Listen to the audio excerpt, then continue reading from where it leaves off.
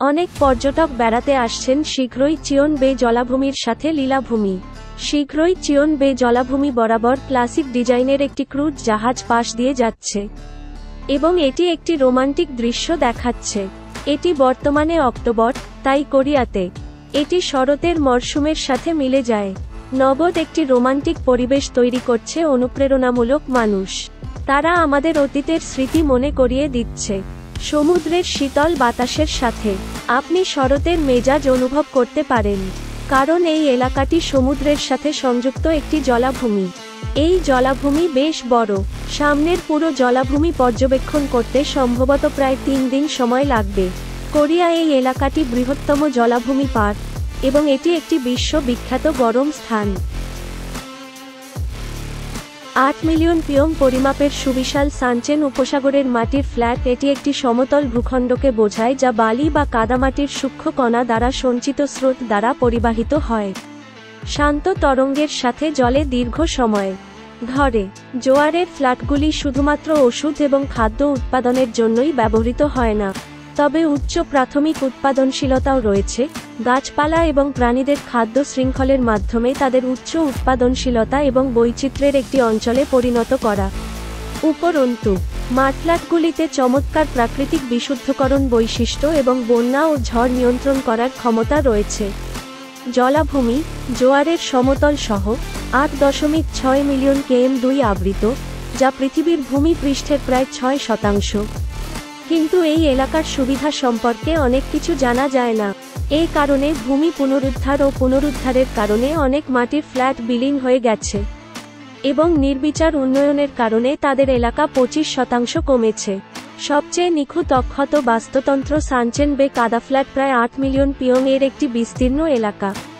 সূক্ষ্ম দানাদার কাদামাটি স্তরটি এতটাই উন্নত যে এটি 25 মিটার পর্যন্ত পৌঁছেছে এবং এটি একটি বিরল মাঠফ্ল্যাট যা দীর্ঘ সময় ধরে জমা করা হয়েছে।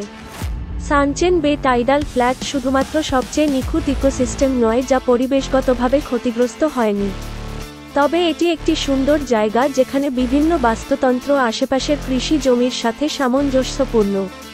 সানচেন বে টাইডাল ফ্ল্যাট একটি জলাভূমি সুরক্ষা এলাকা যা চমৎকার সংরক্ষণ মূল্য এবং উচ্চ উৎপাদন ক্ষমতা সহ, যেখানে অনেক উন্নত মানের কাঁকড়া, ক্ল্যাম, ককল এবং প্লাম ধরা পড়ে। এছাড়াও বিভিন্ন ধরনের বায়োটা, যার মধ্যে রয়েছে বেন্থিক জীব যেমন সামুদ্রিক কচ্ছপ, মিডজ এবং কালো পোকা শামুক, উপনিবেশে বসবাস।